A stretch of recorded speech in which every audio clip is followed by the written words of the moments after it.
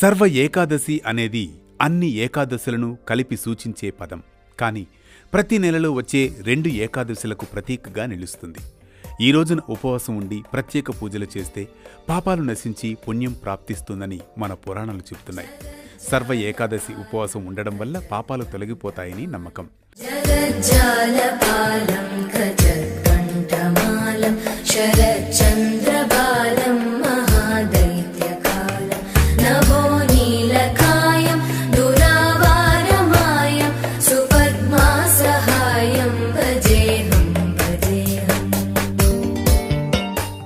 ఈ ఏకాదశి రోజున ముత్తైదువులు శ్రీ లక్ష్మీనారాయణుల్ని ఆరాధించాలని శాస్త్రాలు చెబుతున్నాయి.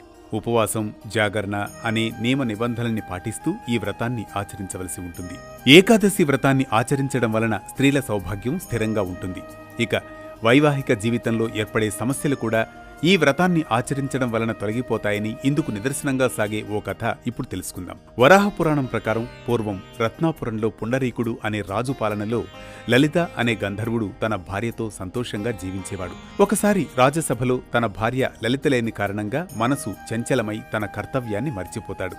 దీంతో రాజు ఆగ్రహించి నీ అందం, నీ కళా ప్రతిభ అంతా నశించిపోవాలి అని శపిస్తాడు.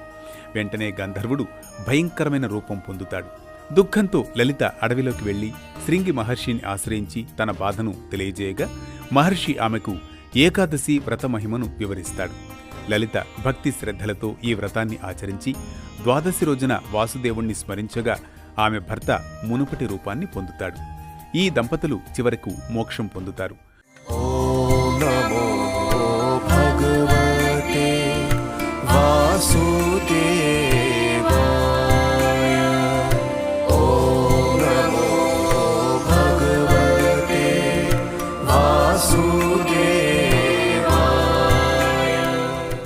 పాపాలు, శాపాలను దూరం చేసి పరమపద ప్రాప్తి కలిగించేంతటిది కామదా ఏకాదశి వ్రతమని మన పురాణాలు చెబుతున్నాయి. మరో భక్తి రాగం, ధర్మదీపంతో మళ్లీ కలుద్దాం రేపటి పరమార్థంతో.